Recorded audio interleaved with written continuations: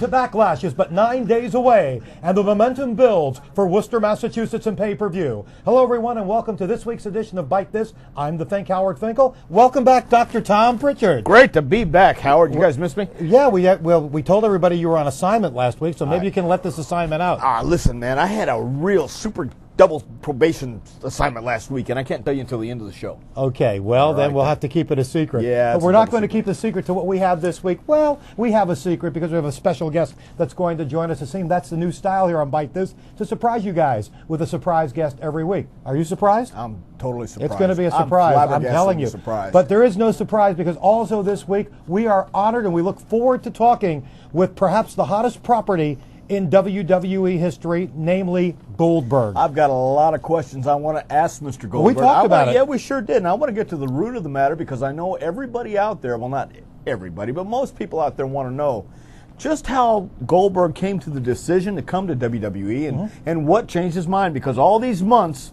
we've heard that Goldberg didn't want to come to WWE.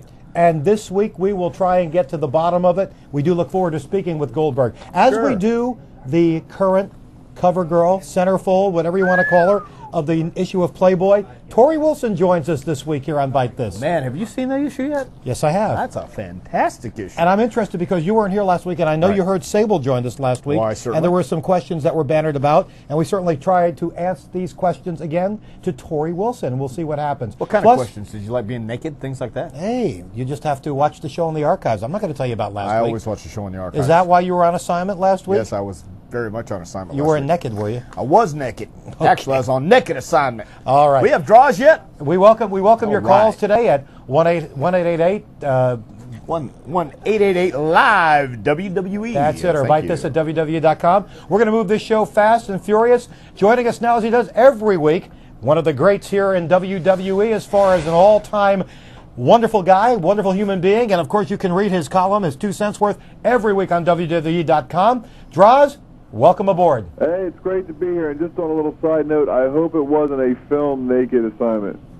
You what? I hope you didn't have it on video, your naked assignment. That's I will have it on video next week, actually. I'm looking forward to seeing it. I bet you are, man. I actually enjoyed your article on WWE.com, Doc. Which one? The one where you're talking about the old school with Flair and little memories, man. That was, you'd always talk to me about the old school stuff and everything. It was a very good read. Well, thank you very much. Don't forget to read the one about Bradshaw and that story there about the car. The driving. I was going to ask you about that. I've driven with you many times, and damn if Bradshaw isn't right.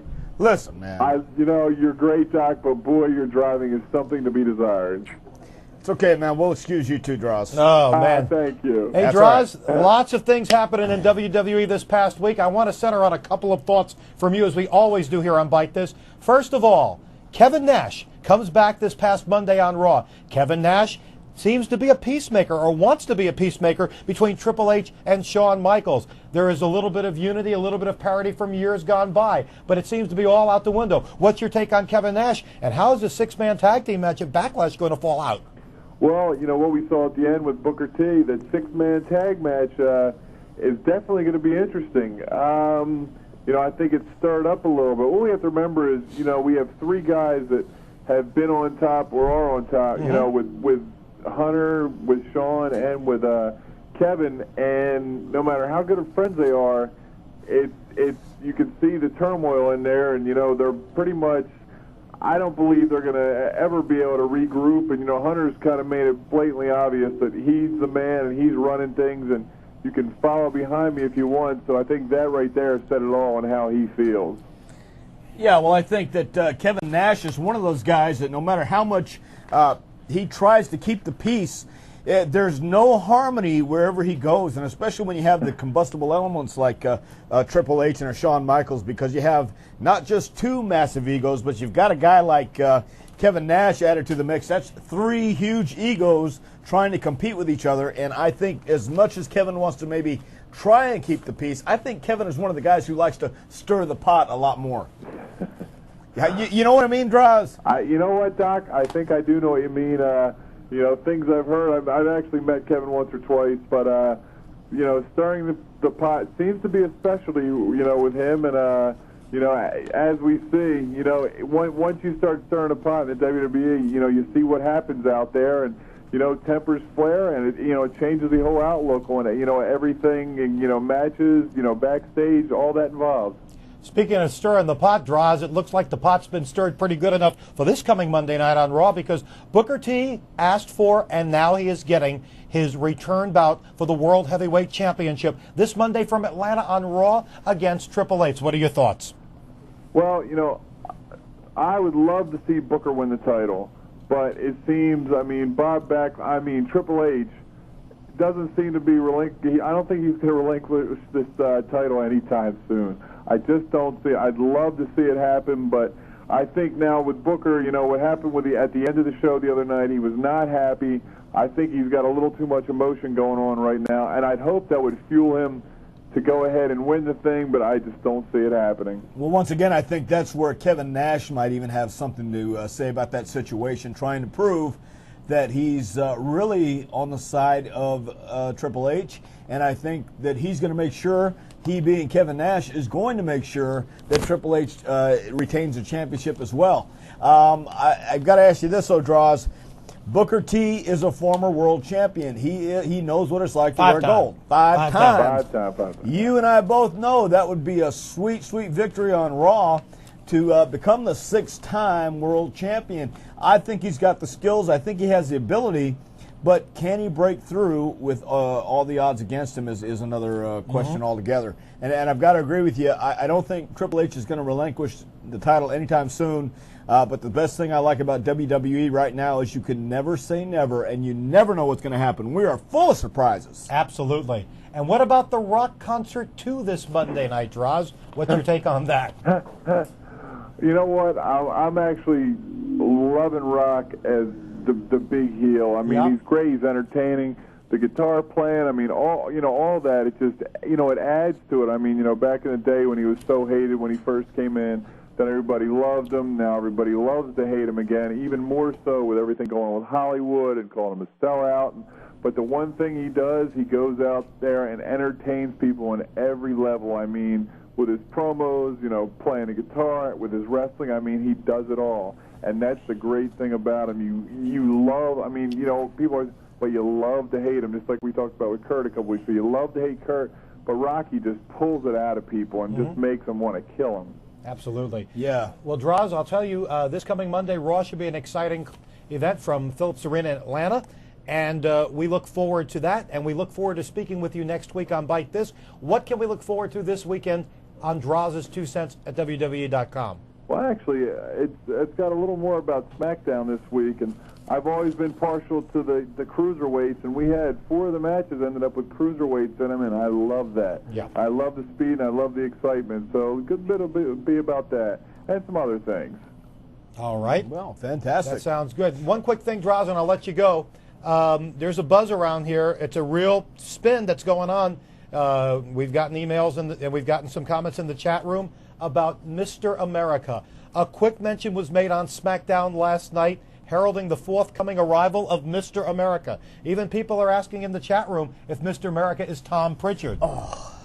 Wow. Yeah. That's Mr. Universe. Thank you very much, sir. Thank you very much. What do you think, here all Josh? week. Try the veal. Oh, man. You know what? Who knows? They could be I honestly, I don't have a clue. You're stumped.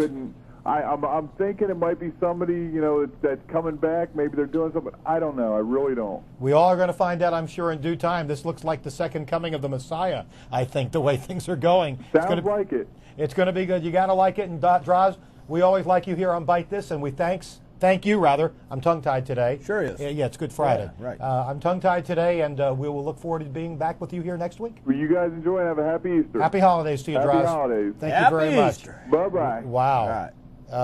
It's just amazing, a little blurb on TV like last night on SmackDown. Yeah. And the whole world's talking. Well, they should talk, because I'm curious as to who the It's real not you? Mr. America. No, well, I'm not going to tell you if it is or not. Okay, well. You're going to have to wait and be surprised like everybody else. Like you You're said, not you're a ribbing me, raw are- guy you're anyway. not ribbing me, are you? I don't rib and I don't want to be ribbed. Okay. I don't play games. All I am right. a serious, get-to-it kind of guy. All right. I don't mess around. Well, let's see what we have here. Yeah, what do we have here? Here's a comment in the chat room. Well, It says- certainly. It's from Sabo214. I like Tom's article too.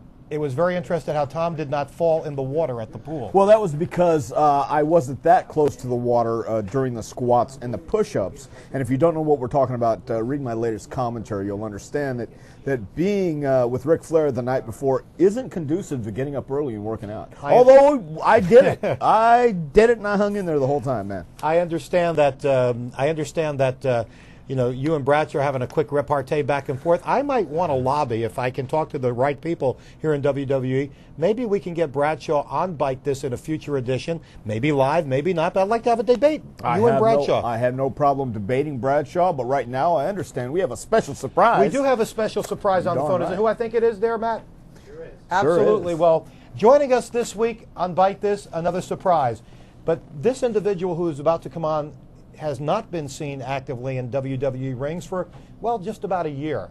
But I can assure you of one thing. We've been told he's ready to come back into action, bigger, better than ever before. Tom, I'm looking forward to talking to this guy. Me too. Scotty Hotty, welcome Hello, to Bite Howard. This. You got it, Howard and Dr. Tom. How are you guys? We're doing fine. More importantly, how are you? I'm great. To be exact, it's been a year and 2 days since my last match. Mm-hmm. Oh, outstanding. And have you had a chance to ride any roller coasters lately or no? Yeah, tons of them in the last year. Wow. No, none.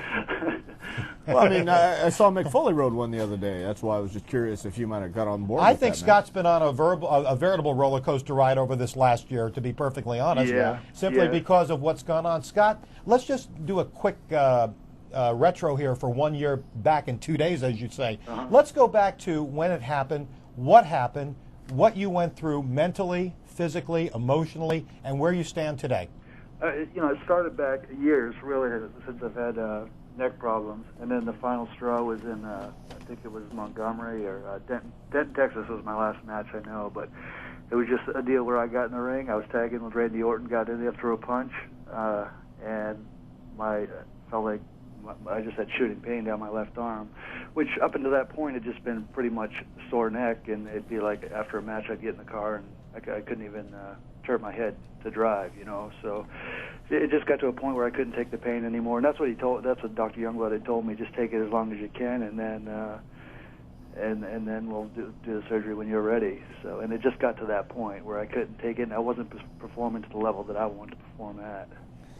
Well, I realize that we've had, I believe the count was 7 major neck surgeries over the past year, and of course, Kurt Angle just got done recently, done having neck surgery, but it was a new procedure apparently by Dr. Joe, I think it was. And Scotty, I'm wondering if you've heard anything about this new procedure or heard anything about Dr. Joe, or if you talked to Kurt. No, I haven't spoke with Kurt. I need to. I'd like to find out what exactly he did, because I don't really know either. I think it's, I hope it turns out okay with him. But God, 6 weeks sounds too good to be true. Yeah. Like I said, I hope it does work out, and for future guys also. But when everybody else is laying around for a year, and then one guy all of a sudden 6 weeks, it just, I don't know.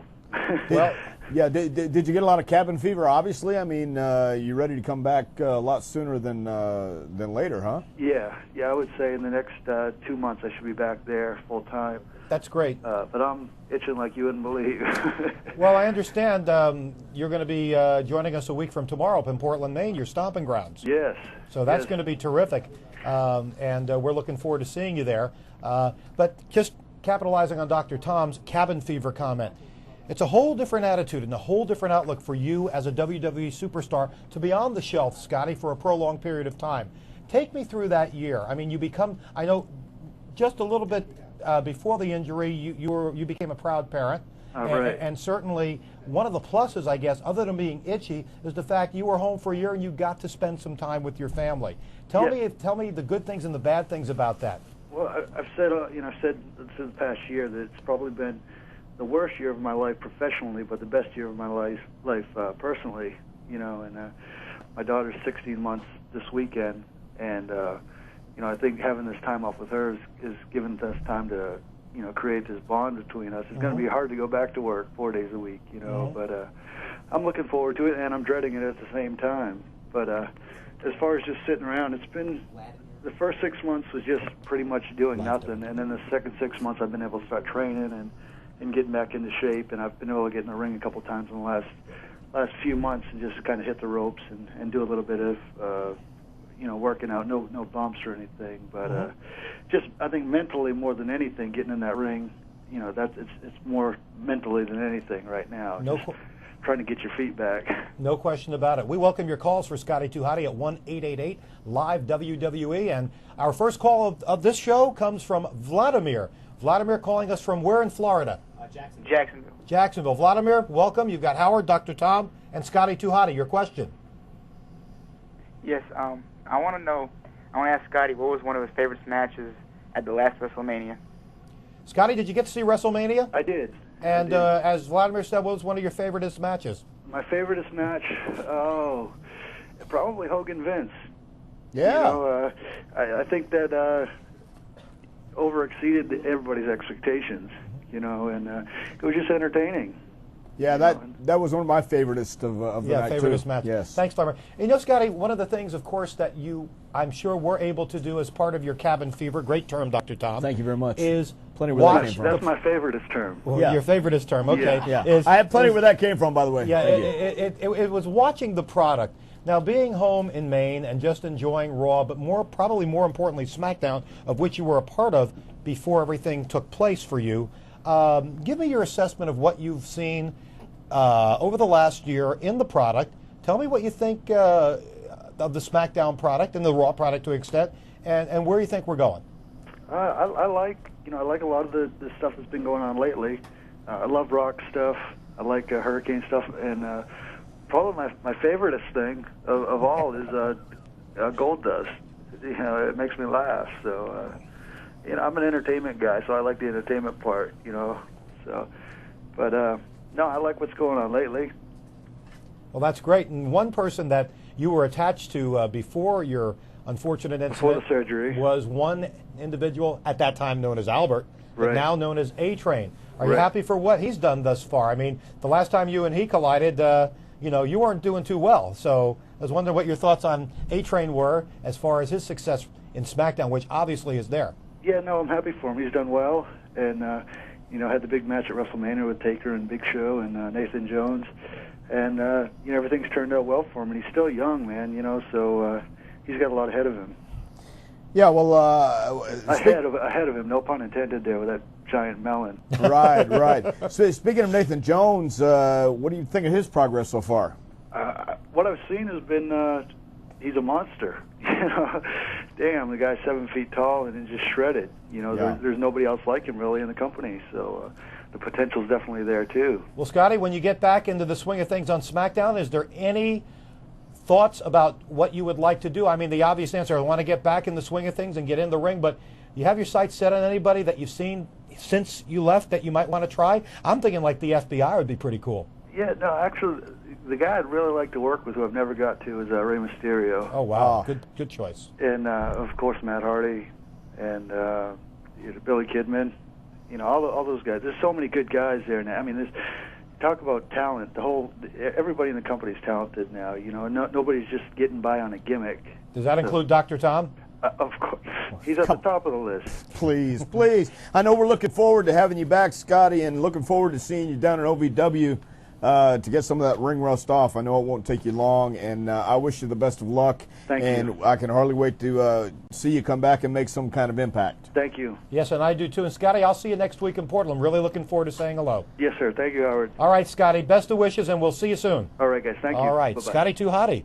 Yeah. And again, you when you have neck surgery or something major that's debilitating, Tom, yes, and you are on the shelf and incapacitated for a while, I'm sure a lot of things go through your mind, but I'll tell you what, he's very close to getting back in WWE rings, and he sounds like his attitude is straightforward, gung-ho. Well, last time I saw Scotty 2 Hotty, it's been about 6 months ago, and he was gung-ho then. Couldn't wait to get back. That's why I asked him about that cabin fever, because when you sometimes get stuck inside or stuck in the same place for so long after you're used to traveling, it can get to you after a while. And I'm just glad to see that he's on the road back, and he's going to be back very soon, possibly down in OVW getting some of that rust off. Which will be great. One of the great things, and I know you're very closely affiliated with OVW and the day-to-day operations, Dr. Tom.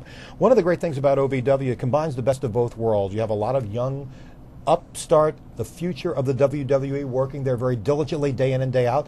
And occasionally there is someone that goes down there for a little bit of ring rust to get away, get off, and it's a great blend, a great mix, and Danny Davis, Jim Cornette, and yourself do a very fine job in keeping that organization rolling good. Well, let's not leave out Rip Rogers. Thank you very much, Howard. All the veterans that go down from WWE, let's even talk about from Bradshaw to Ron Simmons and all the guys that go down and give some of their advice and guidance and tutelage to those guys down there, the younger crew, so to speak, get a world out of it. And Bradshaw's been tremendous. And I can't think of a better way or a better place to go than OVW to get some of that ring rust. And I know last Friday night they had a big card down at Six Flags in Louisville. Right. Kane was there. Chris Benoit was there from the current WWE roster. Yes, sir. Kane took on a young upstart by the name of Matt Morgan. From Fairfield, Connecticut, right up our way. Road, yeah. Going to be a major star one day. And, of course, Chris Benoit, always a tremendous presence just by being in the locker room. His positive attitude and intensity is infectious. And I think all those guys benefit from Benoit and Kane. On the subject of OVW, let me ask you a question. Everybody knows that you're involved with OVW, and you go to OVW headquarters and the training and places all the time. Yes. Now the question I have for you is, when you go down there, you're there maybe once a month, maybe once every 2 weeks, whatever it may be. Do you always have some of these young future talents come to you? When is it my turn? When am I going to go?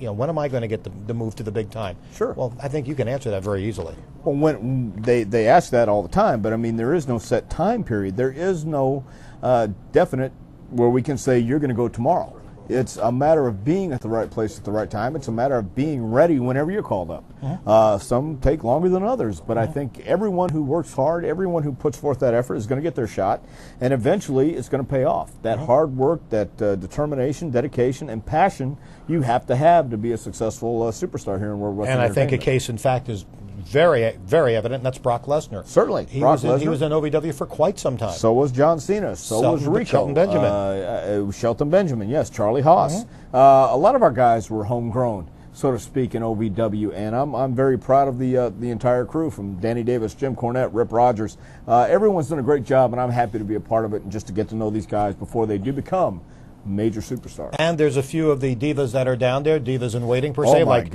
Linda Miles, Nikita, Jackie Gata. Certainly. There's quite a few. And speaking of women, well, this week on Bite This, we are going to be joined, of course, by the voluptuous. You know what that word means? I certainly do. Okay, it's like, Scrumptiddlicious or whatever it may be. Well, yeah. Okay. Torrie Wilson, the Playboy cover girl and Diva Supreme. And right now, before Torrie joins us, for those of you who didn't see it, and for those of you who did see it last night, let's take you back to SmackDown and show you Torrie's match against Nydia, and also a very special referee was involved. How did she get a license? Let's go to the footage. And so, how did she get a license? Yeah. I don't know. Do you? No. I don't know. What was up with Sable? I mean, how did she get a referee's license, and what right did she have to kick Jamie Noble? Jamie wasn't doing anything at ringside. Not at all. Not at all. Thank you very much. Could you say there maybe was a case of blatant partiality towards Torrie? That's what I'm kind of thinking, Howard. I mean, I've noticed that maybe Sable and Torrie have, well, on Sable's part anyway, maybe Sable is, I remember, the last time I remember Sable was very outspoken and sexy and sensual, but she spoke her mind last week. I bet she did, man. I'm sorry I did miss that. I'm going to have to watch that archive. But last night, especially, I saw some partiality, and that's what made me curious. How did she get a referee's license? I'm trying to figure that out also. Well, maybe we can find out straight from the source. Joining us right now on Bite This, and we are delighted to have with us Diva Supreme, Playboy cover girl. The list goes on and on. The future is endless. It's terrific. She's at the top of her game in her career right now. Torrie Wilson, welcome to Bite This. It's Howard. It's Tom. How are you? Hi, guys. How are you? Outstanding. I just I'd like to publicly thank you for signing the Playboy for me. Oh, you're so welcome. Man, what a great, that was very, very nice, as a matter of fact. The entire layout. I mean, for those who haven't had the chance to see it yet, I'm sorry, Torrie. I thought it was fantastic. Thank you. No, I appreciate that. Yeah, it really was hard work, and take us a little bit through the shoot at that time. How grueling was it? Because you see the finished product and it's magnificent and you look spectacular, but I'm sure there was just a lot more involved in this whole project than just taking a photo, putting it in the magazine, and it's out there. Right. It was a lot harder than it might seem to a lot of people flipping through the magazine. You know, we took thousands and thousands of pictures. I was up, you know, I was there basically from 9 o'clock in the morning until 10 o'clock at night, you know, with an hour and a half to 2 hours of makeup and hair, and you know, the photographer was so tedious. Just the lighting had to be perfect, and I would sit in one position for 45 minutes, you know, getting cramps, and he'd say, Right. "Don't move, don't move." Well, so it was harder than people think. Yeah, obviously, was it one of those things? I know you've done magazine shoots before, I'm sure, for fitness. And things like that, but was it something that you were nervous about, wondering how your friends and family might react once the finished product is out there? Definitely. I actually didn't think too much about it until it actually came out, and then all of a sudden I kind of got a mini panic attack and started worrying about what people were going to think, and hopefully I was just hoping that everyone approved of what I did and thought that the pictures looked great and you know, weren't going to say bad things about me behind my back. Right. Torrie, did it take much persuasion for you to agree to do the shoot? Actually, no. You know, I've always been a huge fan of Playboy magazine. I get it every month. Not that I'm a lesbian or anything like that, but I, you know, I enjoy the artwork that it is, and I just love that magazine. It's one of the best of men's magazines, and you know, there was a time in my career where I probably would have said, no, I'm not feeling good about the way that I look, and you know, I'm not sure that that's something I want to do, but you know, I work hard for my body, and you know, I was really excited to be in the magazine. Tom, go ahead, Tom. No, please. I was just going to say. So, just thinking, because you have brothers, I know. Certainly they're going to have to pick it up. Certainly they're going to be curious. I mean, have you got any feedback from them yet? Yeah, actually, my little brother, he's a year younger than me. We were really close growing up, and he.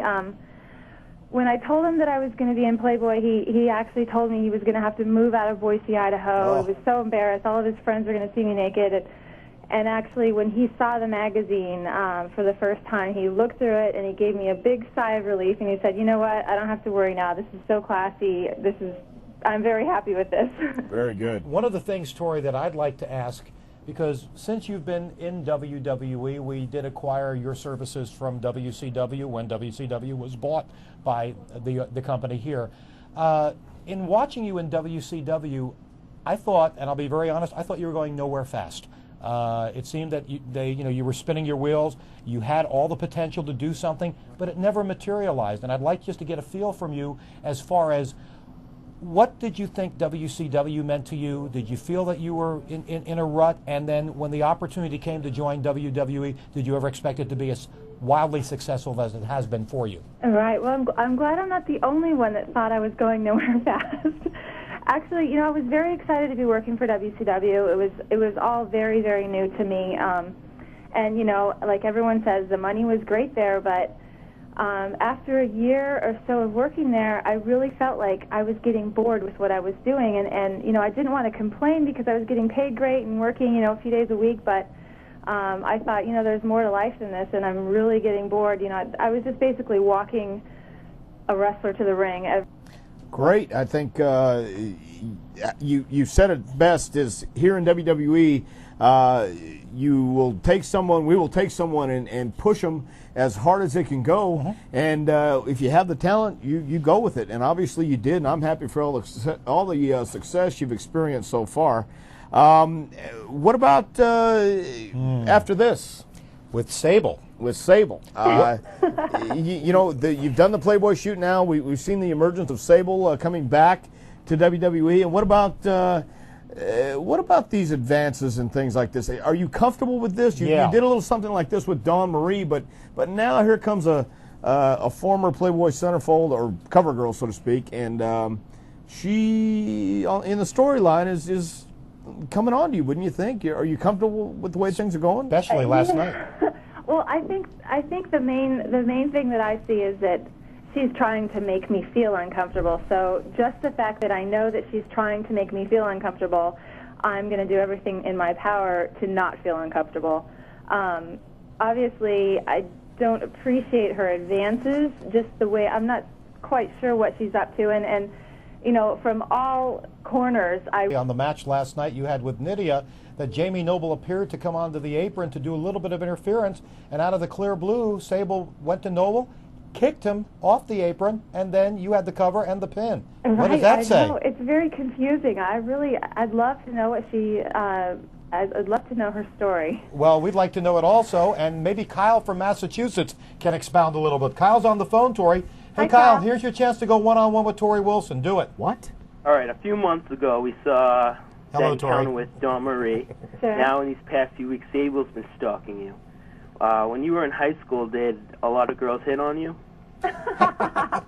No, actually, and I wouldn't know it. Maybe they were staring at me in the locker room, and I just didn't realize it. Well, I mean, Boise, Idaho isn't really that big of a town, is it? No, actually, I grew up in a very small town, McCall, Idaho, which Oh, okay. is even smaller. Fantastic. Let's just put it that way.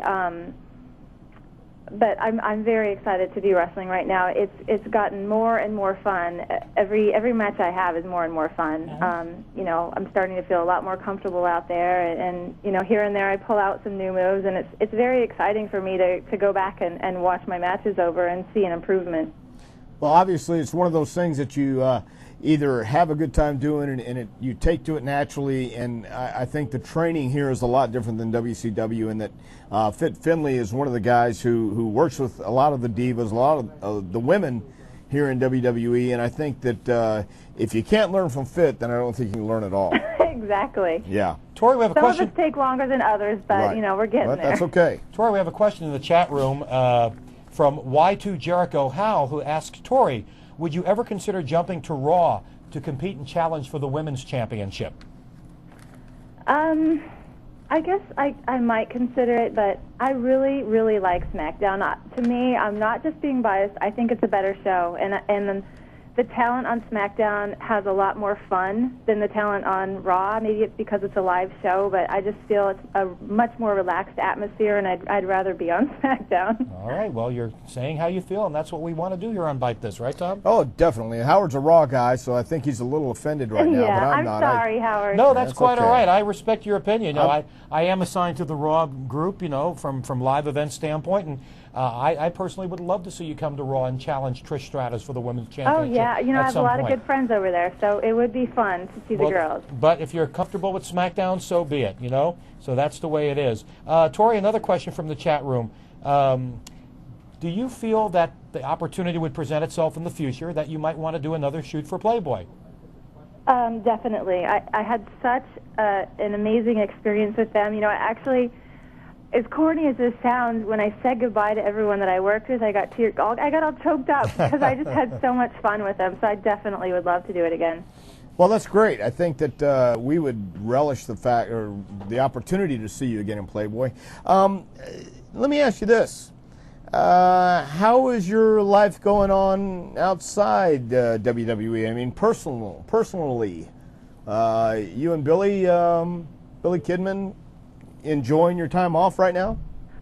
Yes, actually, we're getting ready to go up to Connecticut for Easter, actually here in a few hours. But yeah, this is the third day I've been home in almost 4 weeks, so I'm very much enjoying my time at home and trying to remember the place that I live every once in a while. How is Billy doing?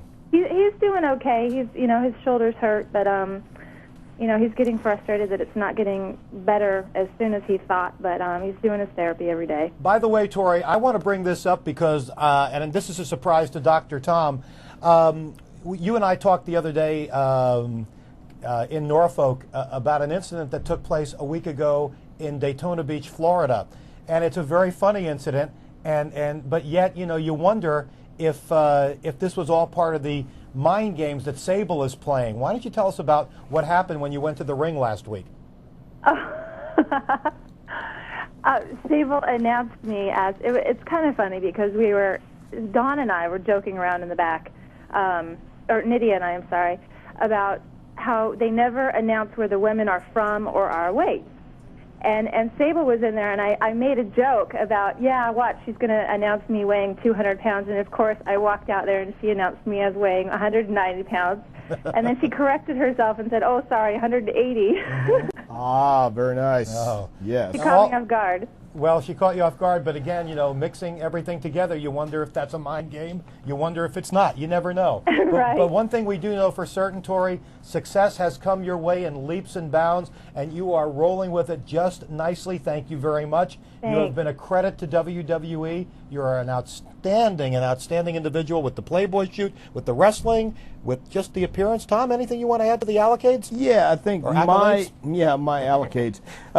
My STE whatever says, can you tell Torrie that I told her she is hot? Please. And that's pretty much echoes everybody's sentiments here on the chat room. And I've got to say that you are doing a great job. I can't wait to see the second cover you do on Playboy. Thank you. I can't wait too. And I'd just like to say, I am really, really trying hard to please my fans, and I'm not nearly where I want to be before I quit this business. So, there's lots more to see, and hang in there and watch. Well, with an attitude like that, Torrie, it's just going to be success upon success upon success. We wish you a very happy holiday. And, Torrie, we look forward to seeing you this coming Tuesday in Nashville and throughout the WWE. Keep it going. You're doing a heck of a job. Thanks, guys. Thanks for having me. Thank you. Bye-bye. See ya. Have a nice Easter. Hey, Go ahead, ya. Tom. Hey, I was going to say Brahma Bull 32. Yeah, he likes me. Bite us. All right? Get a life, Brahma Get Bull, a for crying life. out loud. Yeah. If that's the best you can do, then I feel sorry for you. Now you got your 15 seconds of fame, so go tell all your punky friends that you made it on the internet. Yeah, okay? yeah. So there you go. Bite me. Well, the There you moment go. of truth is coming very shortly here, Dr. Tom. I hope because so. We are waiting to hear from Goldberg, and he will be next. Who's next? He's Goldberg. next. Hey, Very Dr. nice. Tom, Backlash is a week away. Let's just talk a little bit about the match that we're looking forward to seeing. It's going to be Goldberg versus The Rock. Finally. What's your take? Yeah. Finally, Goldberg versus The Rock. My take on this is I would like to see both of these guys come away elevated even much more. Wouldn't that be something? I believe that Bill Goldberg needs this match. His first match wrestling in front of a WWE audience, pay-per-view audience, and of course Backlash against The Rock is pretty high profile as you can get.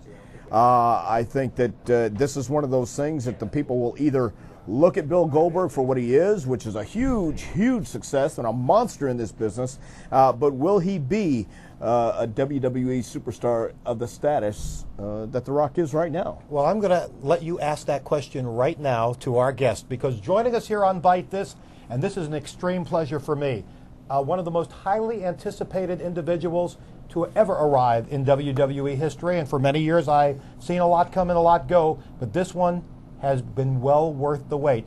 Goldberg has joined us. Goldberg, it's Howard and Dr. Tom Pritchard. Welcome to Bite This. How you doing, guys? Fantastic. How are you doing today? I'm doing well. Just getting ready. Well, great. You know what's, if we could just cut right to the chase, because you have been anticipated, and the 2 years you've been waiting to come, we've been waiting to come to WWE, waiting for you to come to WWE. I'll get this out in a minute. What was the final deal that got you here? What finally brought you to WWE? Guys, it was a culmination of a lot of different things. I'd like to say that the planets were aligned correctly for me to pull the trigger. But, Rock had a lot to do with it. Vince had a lot to do with it. The state of the business had a lot to do with it. And first and foremost, I think the fans had everything to do with it. Great. I read somewhere where you said a kid over in Iraq sent something to your website, and you felt that you owed it to the fans to be back in the spotlight, and you finally made it. Yeah, a guy asked me a minute ago on another interview about what I hope to accomplish at the WWE.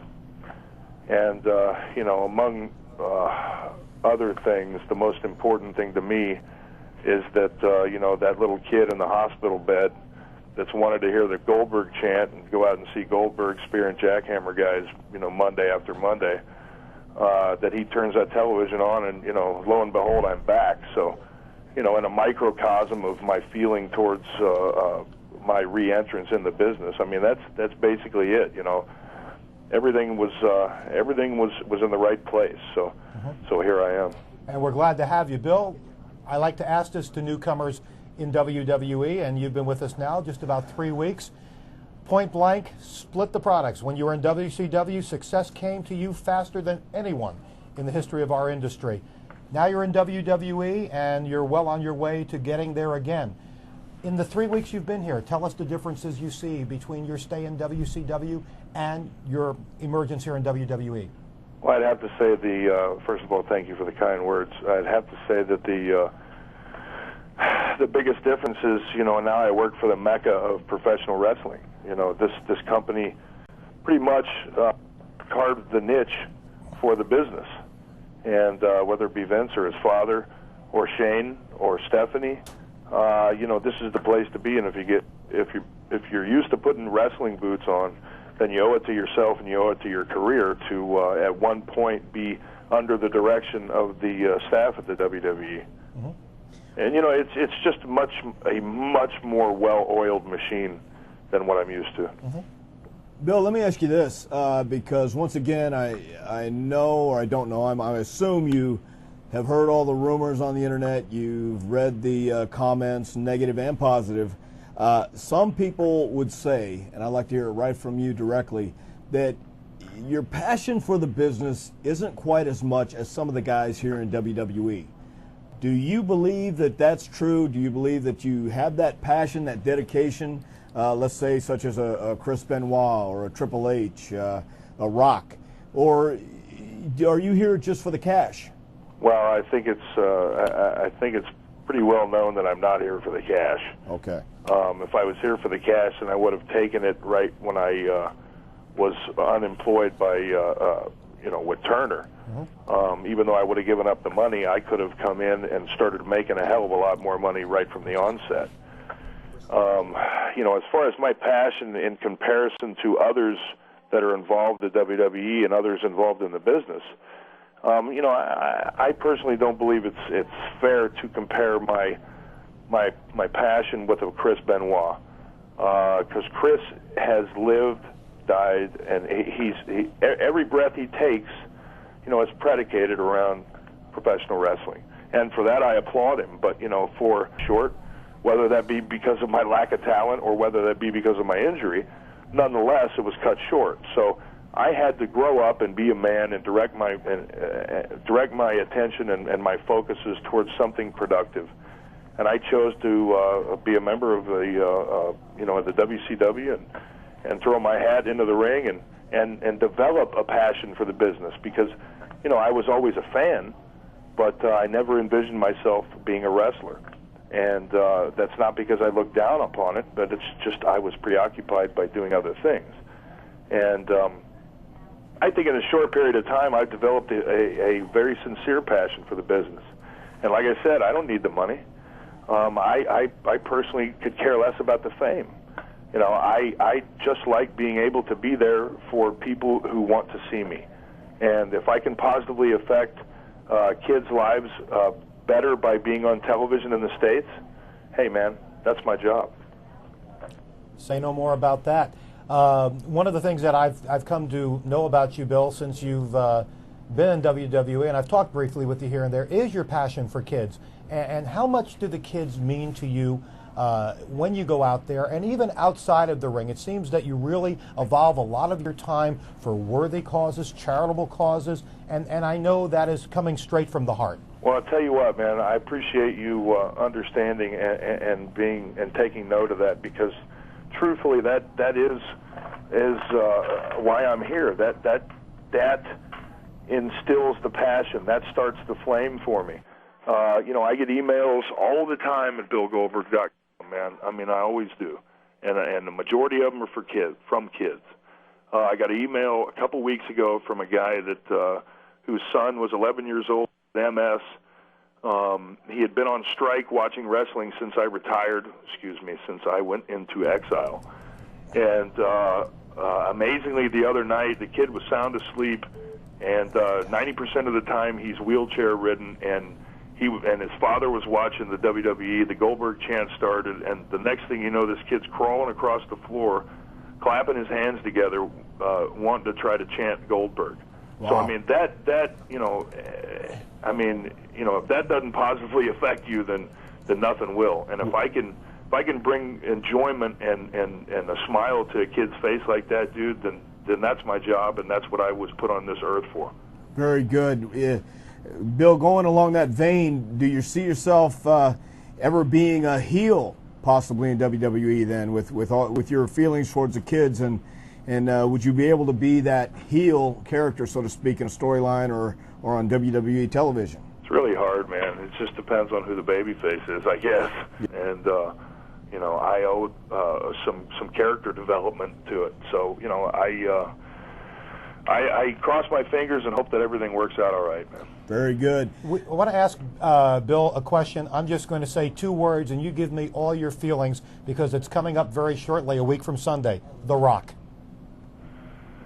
I don't know where to begin about The Rock, man. But you know, he and I go way back. But the fact is that for me to get back on the scene, I got to go for numero uno, the #1 entertainer in this business. And I'm going to knock his ass right off that throne. I personally don't believe that he has done everything, because he hasn't been in the ring with me yet. And until you felt that spear, until you've been in the ring with me and understood what it's like, I personally don't believe you can exclaim that you have conquered the world in the wrestling business. Yeah, let me ask you something along those lines, because in WCW you went unbeaten for, I don't remember how long your streak was, but you ruled the roost. You were the baddest son of a bitch ever in WCW at one time.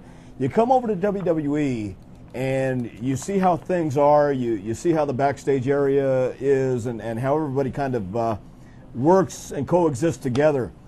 How are you getting along backstage these days? How do you feel people have been accepting you and taking you in? Well, you know, I would lie if I would tell you that I was not extremely surprised at how cordial everybody has been with me and how receptive they have been. The fact is that you know, I may have ruled the roost at WCW, but I was green in the business, man, and I ended up having to learn a lot on the run, and it molded me as a professional wrestler and as a businessman to be quite defensive at times. And I have had nothing but positive interaction from most everybody at WWE, and I can't thank them enough for making me feel welcomed. And you know, I would lie to you if I told you that I didn't want to lead this company to the promised land. So I think with that being said, you know, the locker room atmosphere has to be one of equality. So I'm having a good time, man. I'm looking forward to the weeks to come for sure. We do have a question for you from one of our listeners at 1-888-LIVE-WWE.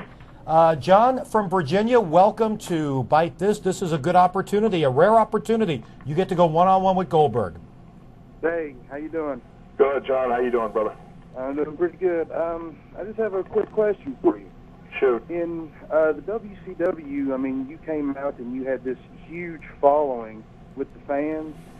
Do you think now in the WWE that you might live up to their expectations? Some want to see you fail, some want to see you succeed. I, for one, want to see you succeed.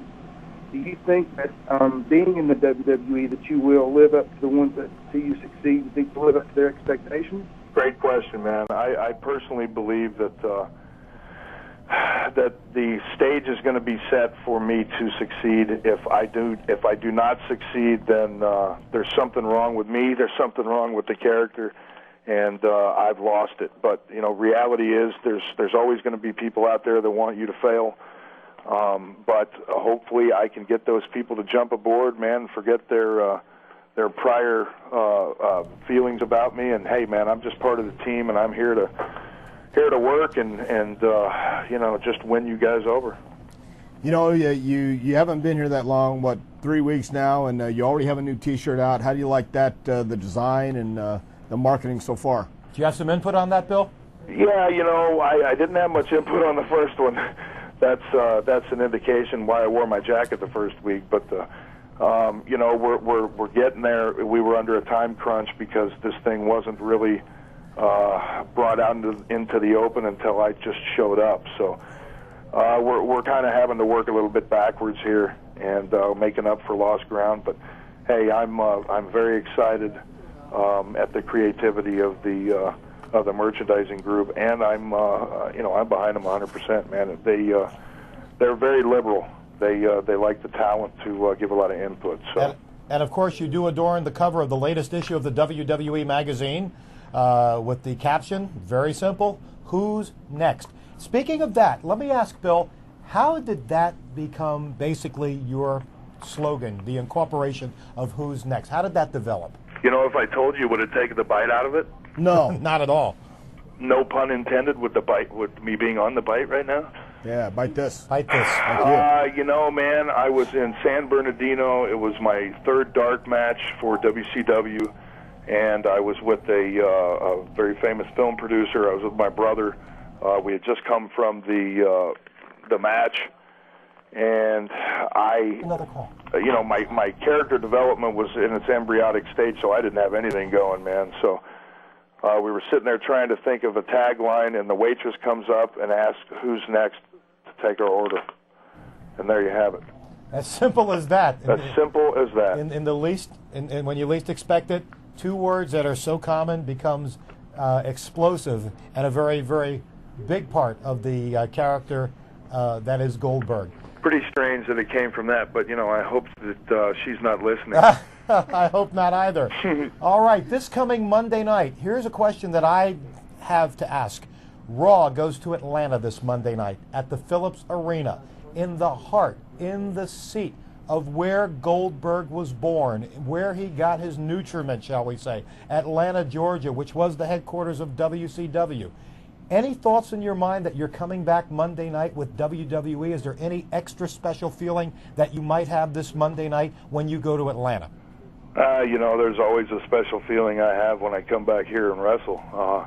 I do have so many roots with being with the Georgia Bulldogs and be with the Atlanta Falcons and living here now. It's like a homecoming for me, and you know, it's once you look back on it, it's where I beat Hogan in front of 42,000 people. Mm-hmm. You know, so it definitely holds a special place in my heart, no question about it. How nervous were you the night you walked in the Georgia Dome, knowing you were going to face Hogan for the championship? I couldn't put that into words if you paid me. Yeah. That was the most nerve-wracking weekend of my entire life, I'd have to say. Probably except for the one upcoming, but yeah, it was pretty strange for a kid that'd been in the business for that short a period of time to be cast in that light. And I was, like I said, man, I was in the right place at the right time, and I was very appreciative to have been there. We have another call for you, Bill. This is Glenn from Virginia. Oh, Frank? Greg. Get the sandwich out of your mouth, Matt. It's not a sandwich. Oh, it's not a sandwich. Okay. It's Frank from Virginia. Frank, you got the Fink, you got Dr. Tom, and you have Goldberg. Go ahead. Yeah, Goldberg. Who was your favorite opponent in the ring there? My favorite opponent, I'd have to say my most favorite opponent that I beat was Hogan, because I got the title. My most favorite opponent that I jackhammered was the Giant, because he was about 550 at that point. And probably my most favorite match had to be with Sting at, God, it must have been Halloween Havoc or something like that in Vegas. Well, thank you for your call. Now, Dr. Tom, this match coming up 1 week from this Sunday at Backlash, I mean, the buzz is incredible. Those people who actually see it on pay-per-view, I'm sure, are going to not regret it. And if you're there live in Worcester, Massachusetts a week from Sunday, you're not going to regret it. You did say, Bill, next to Hogan when you won the title at the Georgia Dome, this match is probably your most important match. Does a guy like Goldberg get butterflies each and every time he steps into the ring, no matter who the opponent, no matter what the cause? Well, you know, reality is that even Goldberg's human, and I can show emotions from time to time, and for me to be absent of butterflies before a big match, man, would be that'd be unbelievable. The truth is that every time I get in the ring, I get the butterflies, and if you don't, then there's something wrong with you, because you know that's a little bit of the passion coming out for you to want to go out there and perform at your best, and it's not being scared; it's just being wanting to be prepared, you know, totally for it. Well, Bill, now that you're here in the fold of WWE, and now that you are going to make your in-ring debut 1 week from this Sunday at Backlash, there is some argument amongst some fans and within our Bite This staff that you're 4 weeks past WrestleMania. Now, in your period of inactivity, did you have your finger on the pulse of WWE programming? Did you still get the itch, the urge before you did actually join us?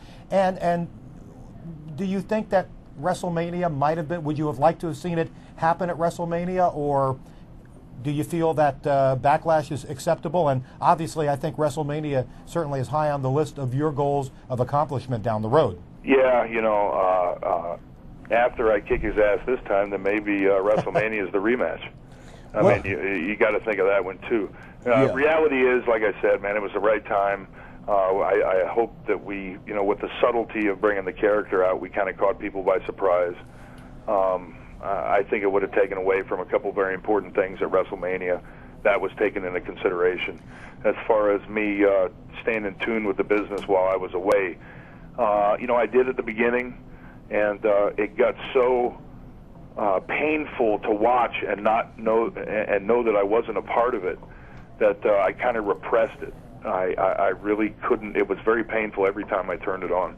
Not because I didn't like the product, just because I wanted to be there and be a part of it. So, well, that's one thing we've learned about the internet is the rumors run rampant, and we like to ask and get it straight from the horse's head. Absolutely. Something I would like to ask you, your opinion, your thoughts, when you first came out, the black boots, the black tights, the bald head, the goatee, the obvious and immediate comparison to Stone Cold Steve Austin was there. Did that bother you? Did you get pretty upset about that, or did you just blow it off? How did you feel about it then, and how do you feel about it now with the possibility of even teaming up or going against Stone Cold? Well, right from the beginning, the comparisons were thrown out there. There's no question about it. Reality is, I'm a big fan of Austin's. I have said this before, and I'll say it again. There are a couple people in this world that I admire, but nobody do I admire enough to copy them. I just can tell you that there's no way in hell they were going to put me in any colored tights. It just wasn't me. If Goldberg will go out there wearing a pair of blue tights and red boots and yellow elbow pads, it's just I wouldn't have that feeling of the menacing character that needs to be brought out. I knew that there were going to be the comparisons. At the beginning, I was annoyed by them, when in reality, I should have been flattered by them. Like I say, I have the utmost respect for Austin, and in no way, shape, or form would I ever want him to think that I tried to copy his success, because my brothers always told me, you go start anew and you develop yourself, and if you're good enough, you can create a following on your own. So, it's always bothered me. It really has, but it's just something I have to deal with, and as long as people understand where I'm coming from on the issue and the subject, then I think they can respect that. Bill, we have a comment from our chat room from Goldberg 95, a little flattery there. Will you ever write another book? Yeah, man, I think I'm going to have to after starting this new chapter in my life. Yeah, absolutely, and there'll be a lot of pages to cover. Well, Bill, we want to take this opportunity to thank you immensely for being with us here this week on Bite This. Certainly, the foundation of WWE, and more specifically Raw, has been turned upside down by your arrival. Who's next? Goldberg's next. And maybe 1 week from this Sunday at Backlash, maybe Rock will be next. Right, Tom? I appreciate it, guys, very much. It's good to be a part of the company, and it's great to be on your show for the first time. And just hopefully that I can go out there and perform and give the fans something that they want to see. Very good. Best of luck to you, and we'll be checking you out at Backlash. And we'd love to have you on again in the future, please. Anytime, guys. Take care. All right, Bill. Take care. Bill Goldberg, Dr. Tom, the wait has been worth it. 2 years in exile, and now here he comes, full bore. I'm very optimistic and looking forward to watching Goldberg step in the ring for the first time at Backlash, competing against The Rock, because, as we all know, when you get in the ring with a guy who has the intensity and the electricity of The Rock, it's going to raise your game just that much more. And Goldberg is ready, I feel it. He's got the intensity. He's got everything he needs. He just needs to channel it towards The Rock now. And I think that going forward, Bill Goldberg can't help but be a force in WWE. I agree. Speaking of Backlash, 1 week from this Sunday, it happens live in Worcester, Massachusetts at the Centrum. And, of course, you can see this on pay-per-view 1 week from this Sunday. It's going to be a terrific event. Dr. Tom, we do have some matches already announced, as you know, for Backlash. Right? And I have some of the matches here. I'm going to just throw these rapid fire at you, Dr. Tom. You forgot something about Goldberg. I did. Goldberg is going to be on the Jimmy Kimmel Show on Tuesday, April 22nd at 12:05, late night. That's check your local listings as well. Yes. But Goldberg definitely is going to be on Jimmy Kimmel's show, and Jimmy Kimmel's show has certainly turned a lot of heads. Well, certainly. Absolutely. Yeah. But Backlash, let's run. We talked about Goldberg and Rock. I'm just going to run these matches down. Give me a quick thumbnail of what you think is going to happen. For the WWE Championship, we do now know that it will be John Cena who's going to try and lift the gold from one Brock Lesnar. A lot of people really don't think Cena can do it. I watched John Cena last night against a guy like Chris Benoit, and John Cena has all the talent in the world. He's a capable wrestler. He's a one of those guys that's hungry, but at the same time, Brock Lesnar isn't going to relinquish the title easy. It's going to be a job for Cena. He'll have his work cut out for him. I've got to look for Lesnar to retain the championship, though. But not without a battle. And for whatever it's worth, Cena's on his home turf. I don't know if that means a hill of beans or not. It could. Because he's from nearby in the Boston area, not that far from Worcester. I don't count anybody out. I just think that Brock Lesnar is he's geared up right now, and he's not in the losing mode. Then, of course, the six-man tag. We talked about that earlier with draws. Kevin Nash, HBK, Shawn Michaels, and Booker T taking on Triple H, Ric Flair, and Chris Jericho. This is one of those matches that you want to watch just for the combustible elements of Triple H and Heartbreak Kid and Kevin Nash being in there. You add Ric Flair and Y2J to the mix, and I've got to believe that this is going to be an exciting match. Who's going to win? What's going to happen? I don't know, because you have six massive egos in there, and I don't think that any one of them can be contained. Okay, and now the WWE Tag Team Championship will be defended by Team Angle, Shelton Benjamin and Charlie Haas, who I know you know a lot about, and are obviously very impressed with their progress. They've got the titles, but in Chavo and Eddie, Los Guerreros, you're dealing with two individuals that are going to be hell-bent on bringing the gold back to a family of honor and tradition. They lie, they cheat, they steal. I know Eddie and Chavo very well as well, man, and they do lie, cheat, and steal, man. This is going to be a tremendous match either way, and I wouldn't be surprised if the Guerreros lie, cheat, and steal their way all the way through the match and come out champions. Then for the Women's Championship, Trish Stratus, who every day impresses me with her fire and her spontaneity in the ring, will go against Jazz, who I think now has developed a business relationship with one Theodore R. Long. You talk about having somebody in your back pocket and having like an ace in the hole. Theodore R. Long. Oh, I like to call him Teddy Mack. This is a guy who is a smart businessman. He knows how to lay out a match. He knows what Jazz needs to do, and he's a guy who is very influential. And don't forget, Howard, he is a former referee here, and he's got a lot of friends on that side of the fence still. I mean, in the striped shirts, man. No question about it. Also, last night, a tag team match on SmackDown, of course, wound up with a little bit of an altercation thanks to a 619 from Rey Mysterio on some 500 pounds. Numbers didn't lie. 619 against 500, and 619 was the higher number, and at that time, the better number. Bottom line, I know I'm confusing you, Dr. Tom, but I'll cut to the chase. A match made last night for Backlash. Rey Mysterio, who is the David, against the Goliath of the Big Show. Think about it. Rey Mysterio, Big Show. Rey Mysterio, Big Show. Yeah, it doesn't look fair. It doesn't seem fair. But we've seen Rey Mysterio do incredible things. And I think Rey Mysterio is going to shock the world. If he indeed does beat the Big Show, what a blow.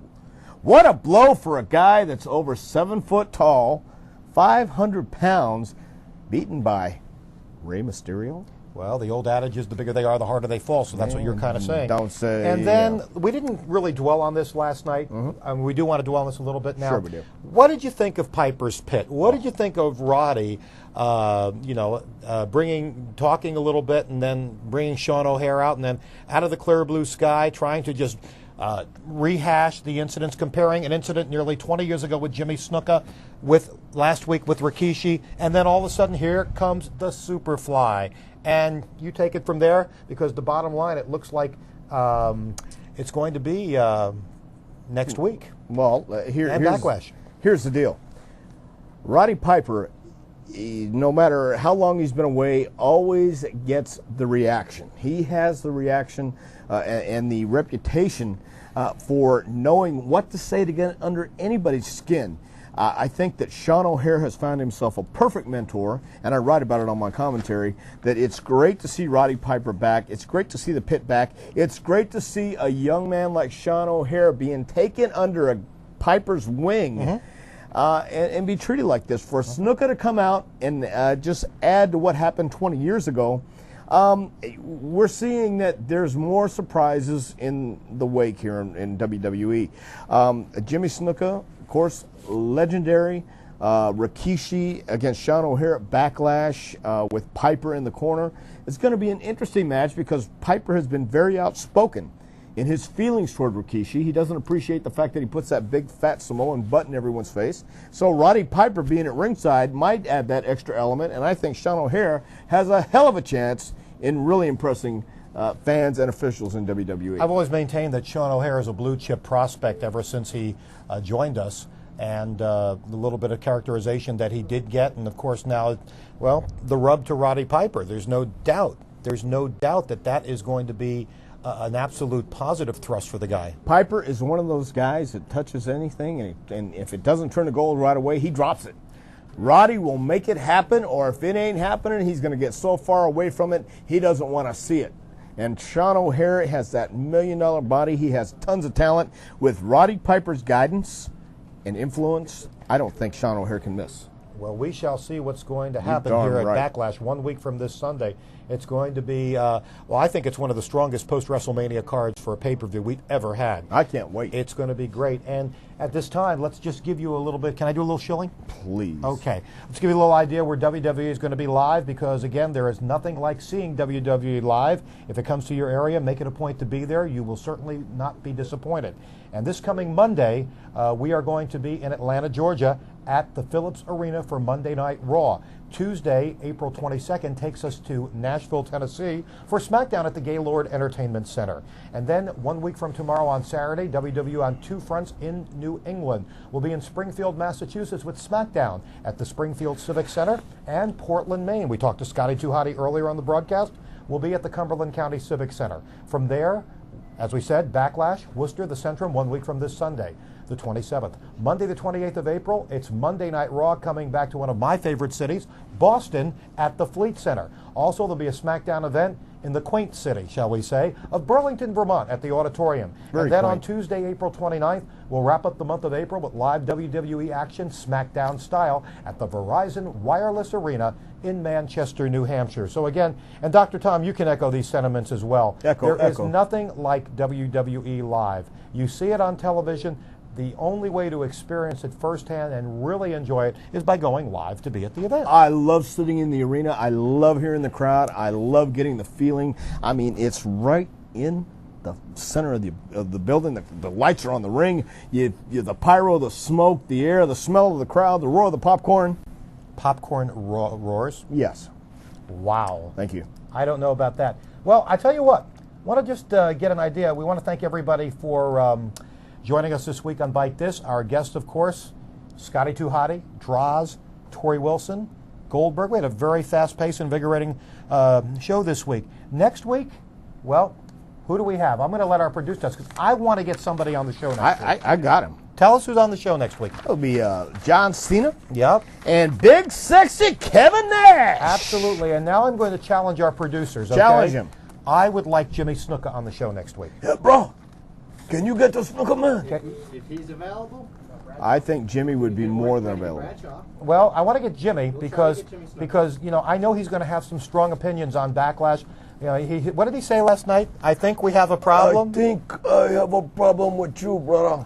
And after 19 years, that's all we heard from him. So I think there's more. I think there's more that ticks in the mind of the Superfly. There's a lot and more. I think it would be wonderful if Jimmy Superfly Snuka joined us next week here in TV Wonderland. It's no TV Wonderland, bro. It's the Internet Wonderland. Well, I don't know if Jimmy knows about the Internet these days. Oh, well, it's he knows about the interstate.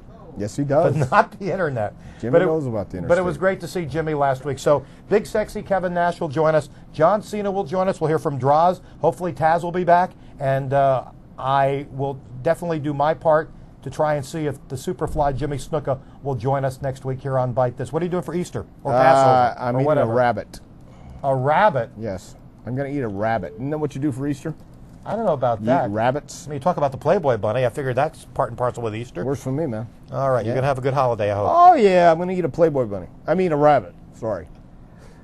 And on that note, that was hair Thank you raising. very much. Wasn't that hair raising? Right. Yeah, There's all a hair right. in my soup. Well, on that note, I do want to take this opportunity on behalf of everyone at Bite This, not only to wish all of you who celebrate the holiday of Easter all the best this coming Sunday, but to our viewers of the Jewish persuasion, a very happy Passover.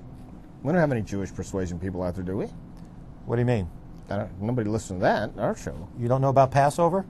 Hey, man, I've been passed over a lot of times. Didn't you have some... I was passed over my first tour here in WWE. I was passed over the second tour, man. Shaka, bro. I saw you eat matzah today in the cafeteria. Was that matzah? That was matzah. I thought it was mothballs. Mothballs? Yeah. Whatever floats your boat. I got a lot of things Folks, floating my boat. On that unreal note, this is The Think, Dr. Tom. We will see you next week. Chaka when Khan, bro. WWE Bite This hits That's you a Jewish again. holiday, too. Later. Chaka Khan.